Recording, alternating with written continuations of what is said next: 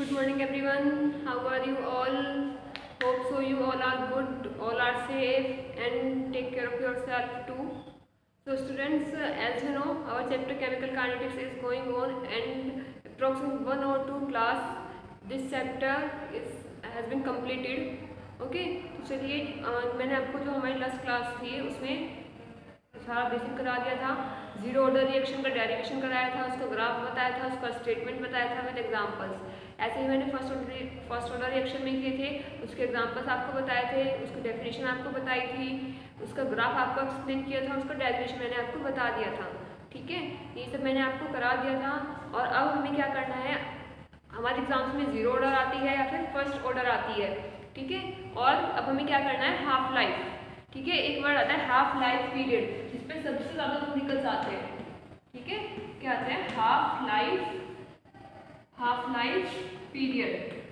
ये आपको half life period आज कराना है, या हाफ लाइफ टाइम। ठीक है ना, हाफ लाइफ टाइम भी उसको बोल सकते हैं, हाफ लाइफ टाइम। ओके, तो चलिए इसको स्टार्ट करते हैं। हाफ लाइफ टाइम होता क्या है, देखिए हाफ लाइफ टाइम होता है, सपोज आपके पास 50 ग्राम रिएक्टेंट है।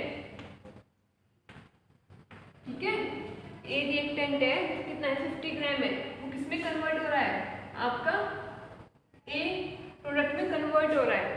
और ये कितना इनिशियल टाइम पीरियड कितना था, t इज इक्वल टू 0, तो this one is also 0। After time is equal to t second, your reactants remain, your product become 25 gram and your reactant would be 50 minus 25 is equal to 25 gram. Okay, तो ये अपने amount का exact half हो गया है ना, क्या हो गया है, अपने अमाउंट का एग्जैक्ट हाफ हो गया है। तो इसको हाफ, अपनी कंसंट्रेशन के हाफ में आने में कितना टाइम लगा है।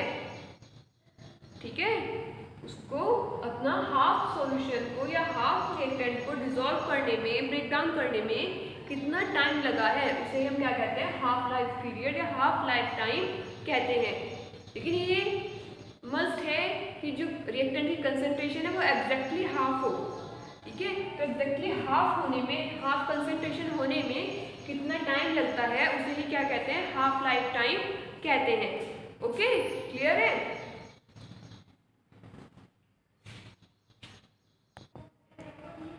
ओके, तो समझ में आया आपको हाफ लाइफ क्या होता है। तो सेम ऐसे ही मैं आपको इसका भी ग्राफ बता दूंगी, example, derivation, definition, statement. Okay,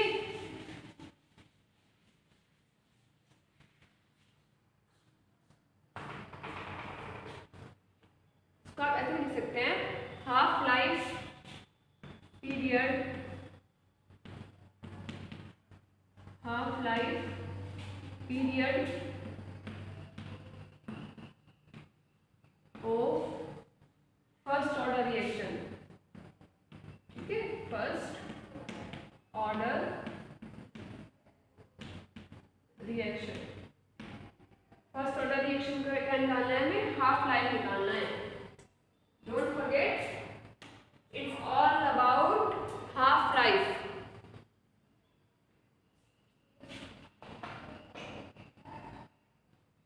चलिए इसका स्टेटमेंट देख लेते हैं हम, क्या होता है इसका statement. The time taken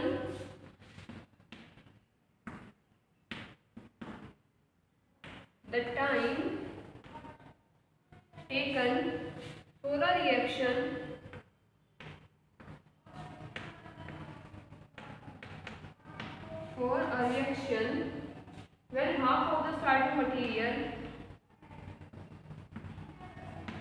when half of the starting material, when half of the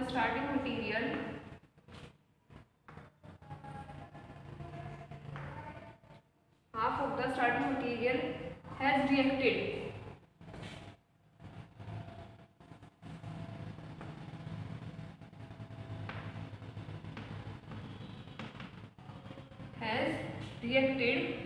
is called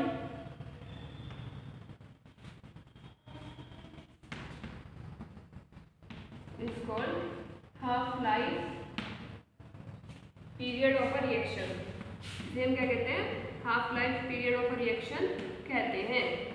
okay, half life period of a reaction, और उसको डिनोट किससे करते हैं? एग्जाम्स में आपको इजी रहेगा, जान लो। It's denoted by, it is denoted by T half. Okay, कैसे डिनोट करते हैं इसको? टी हाफ से करते हैं। Write down this.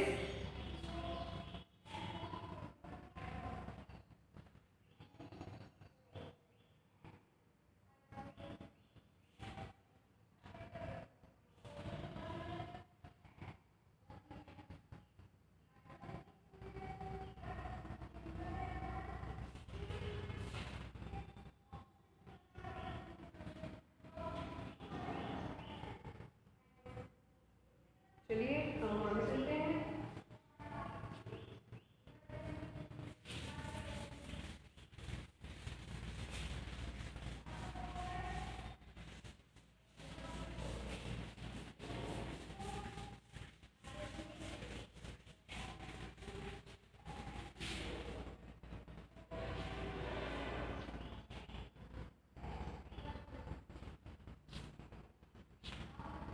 Our next topic is relation between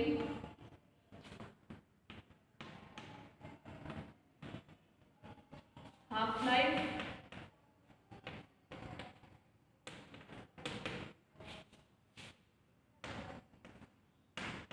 and rate constant।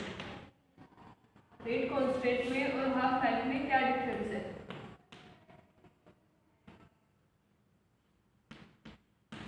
ठीक है, चलिए इसको देख लेते हैं क्या डिफरेंस होता है। इसको अभी हम एक डायरेक्शन के थ्रू ही प्रूव करेंगे, ताकि हमारी जो बात है वो वेरीफाई हो जाए कि हाँ हम सही बोल रहे हैं या जो हमने पढ़ा है वो सही है। ओके, चलिए डेरिवेशन करते हैं। इस चैप्टर में डेरिवेशन ही है मोस्टली।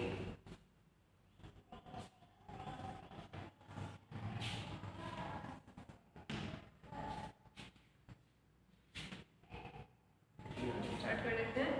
टाइम कितना है हमारे पास यहाँ पे? Time t is equal to half. ठीक है, ऐसे t half. Okay, remaining amount कितनी होती है?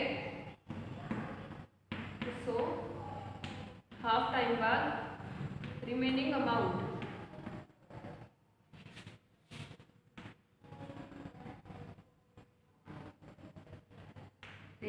कितनी होगी?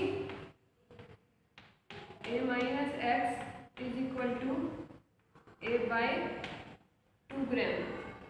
ठीक है, ये हमारी क्या होती है? रिमेनिंग अमाउंट रह जाती है। हमने जो फर्स्ट ऑर्डर रिएक्शन में हमारा लॉग क्या किया था? प्रूव किया था। अब हमें उसे यहाँ पे पॉइंट आउट करना है कि is equal to 2.303 upon k is equal to 2.303 upon t। ठीक है, log 10 a upon a minus x, a upon a minus x, ये क्या बन जाती है हमारी equation first. After that solve this equation 2.303 upon, अब हाफ टाइम में, हाफ टाइम बाद क्या इक्वेशन रहेगी? जब टाइम हमारा t था तो इक्वेशन ये थी, अब टाइम t हाफ हो गया है तो हमारी इक्वेशन क्या रहेगी? log 10 a अपॉन कंसंट्रेशन तो हाफ हो जाएगा। As time increases concentration decreases. ठीक है, तो a से a cancel, k is equal to 2.303 upon t half log 10 power, log में रूल होता है जो नीचे होता है ना वो ऊपर चला जाता है, पावर 2। ठीक है, ये हमारा क्या बन जाएगी? ये बन जाएगी हमारी इक्वेशन सेकंड। इक्वेशन सेकंड, इसको छोड़िए, इसको नहीं, मैं इसको सोल्व कर लेती हूँ। मैथ्स वाले बच्चों को पता है log 10 पावर 2 की वैल्यू क्या होती है।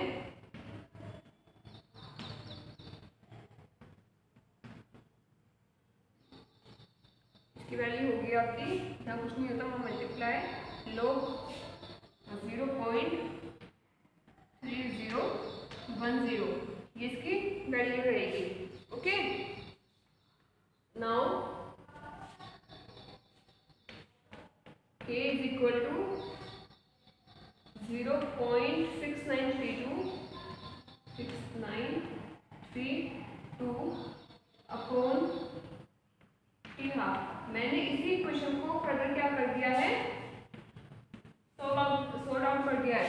जब मैंने 2.303 की मल्टीप्लाई 0.3010 में की तो मेरा क्या आ गया, 0.6932 आ जाता है। देखिए एक बार स्टार्टिंग से देख लीजिए, टाइम हमारा कितना था, हाफ था। हाफ टाइम बाद अमाउंट जो है वो भी हाफ हो जाती है।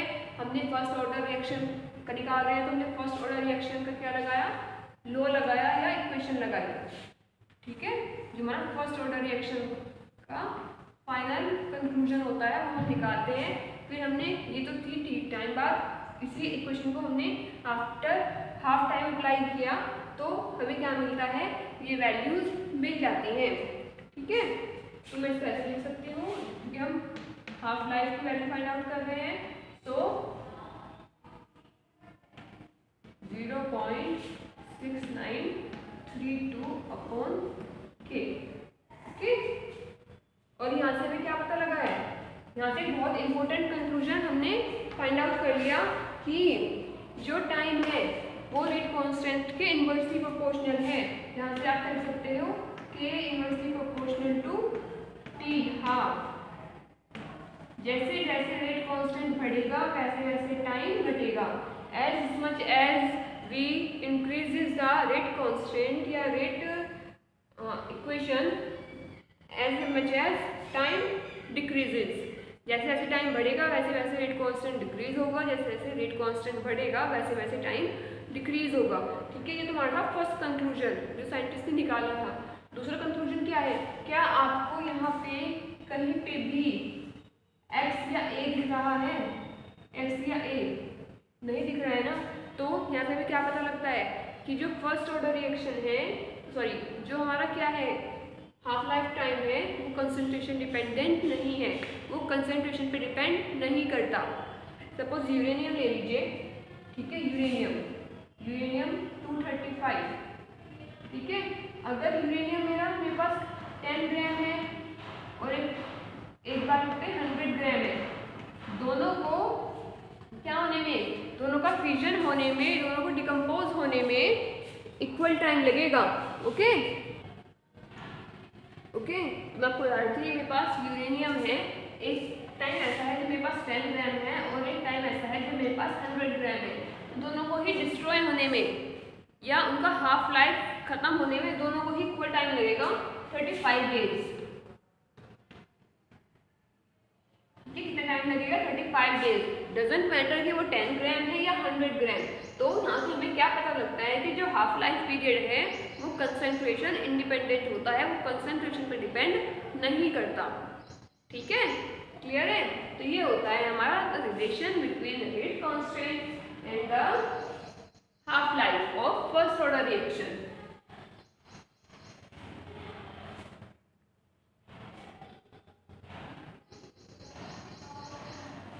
इसको लिखिए, फिर हम निकालेंगे हमारा average life period. Average life period क्या होता है, कैसे होता है। Okay,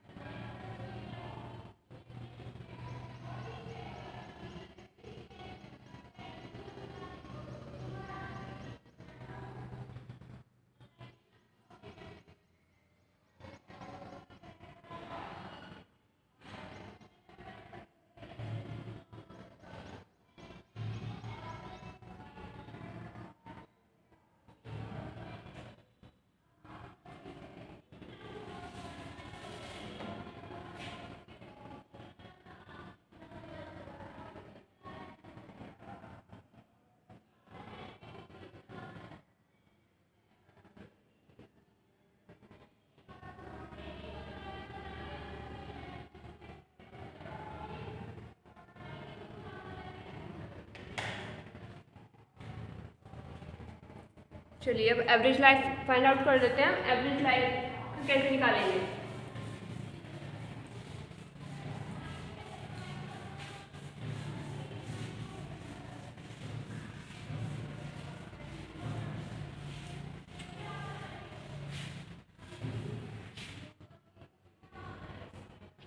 Now our topic is average life period.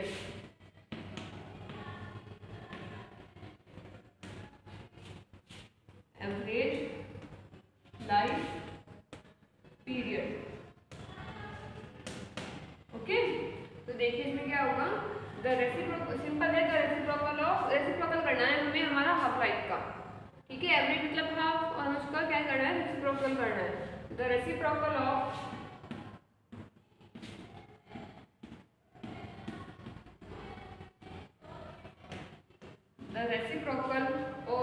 rate constant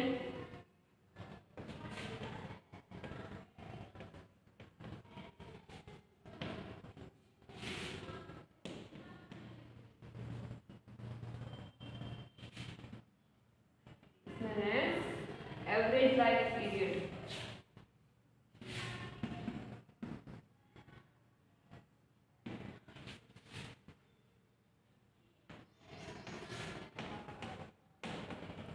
average life period. Okay, इसको हम डिनोट किससे करते हैं? टाउ से। इसको टाउ भी बोलते हैं। It is denoted bye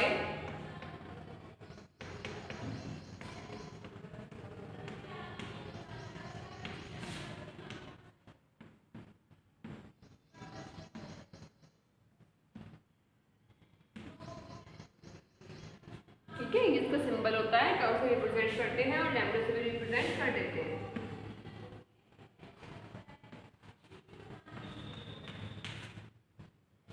clear हुआ? तो चलिए अब हमारे डेफिनेशन को ही देख लेते हैं। क्या होता है एवरेज लाइफ? टोर यानी टॉ का सिंबल होता है एवरेज लाइफ को जो रिप्रेजेंट करता है। इसका रेसिप्रोकल है रेट कांस्टेंट का, so reciprocal of rate constant. Okay, इसको हम लैम्डा के थ्रू लिख सकते हैं। के की वैल्यू क्या आई थी हमारी ऊपर के की वैल्यू जो हमने फाइंड आउट की थी वो हमारी आई थी 1/t हाफ 0.6932/t हाफ, यही वैल्यू आई थी हमारी। ठीक है, तो टॉल की वैल्यू क्या हो जाएगी? इज इक्वल टू, ये रेसिप्रोकल है, टी हाफ ऊपर चला जाएगा अपॉन 0.6932। ठीक है, ये हमारी किसकी वैल्यू आ जाती है? टॉल की वैल्यू आ जाती है। और जब हम इसको सोल्व आउट करते हैं तो इसे और क्या लिख सकते हैं हम? Also written as tau is equal to 1.44 into T half. जो आपको एग्जाम में वैल्यू देके रखेगा वो एग्जाम में ये वैल्यू देके रखेगा, बट अगर आप कभी भी डेराइव करोगे तो डेरिवेशन का कंक्लूजन ये निकलेगा। ठीक है, ये होता है रेट कांस्टेंट की यूनिट, कुछ यूनिट्स होती हैं वो देख लीजिए, वो क्या होती हैं? Unit of rate constant.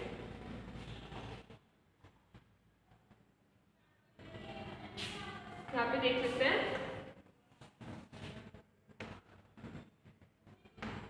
Unit of rate constant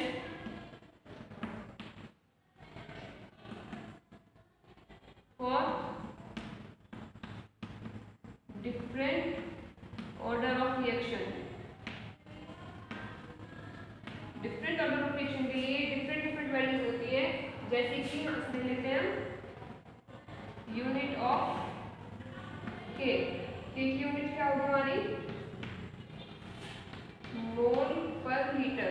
ये मैंने आपको बुक में पहले बताया भी है। Okay, 1 - n second inverse unit of k, और n क्या रिप्रेजेंट कर रहा है? n is equal to order of reaction, किस ऑर्डर की रिएक्शन है। ठीक है, ये जनरल फॉर्मूला होता है ना, रेट कांस्टेंट की unit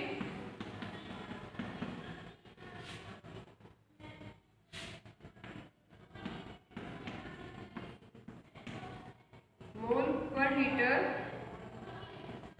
1 minus n second inverse. यहाँ पे n की वैल्यू डिपेंड करती है ऑर्डर ऑफ रिएक्शन क्या है। अगर ऑर्डर ऑफ रिएक्शन 1 है तो यहाँ 1 हो जाएगा, और 1 में से 1 माइनस करूँ तो 0 हो जाएगा। 2 है तो यहाँ पे 1 आ जाएगा।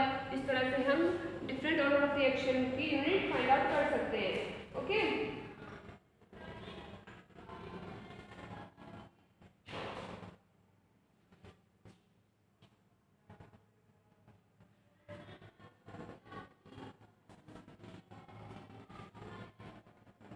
स्टूडेंट अब एक रिएक्शन और आती है that is known as pseudo first order reaction. क्या होती है? Pseudo first order reactions.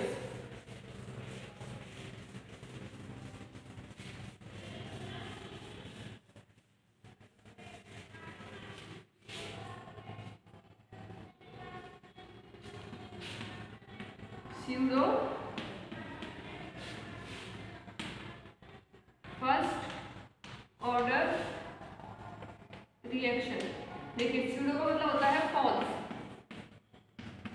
ठीक है, जो ट्रू ना हो, जो फॉल्स है वो होती है हमारी pseudo first order reaction.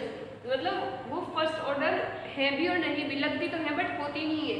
Simply मैं बोलूँ, ऐसे रिएक्शंस जिनकी मॉलिक्यूलरिटी तो 2 है बट ऑर्डर ऑफ रिएक्शन 1 है, the reactions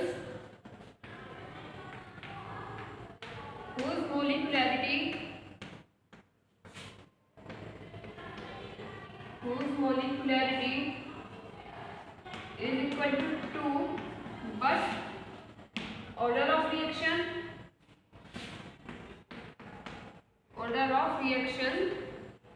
is equal to 1। ठीक है, example CH3 COOH plus H2O।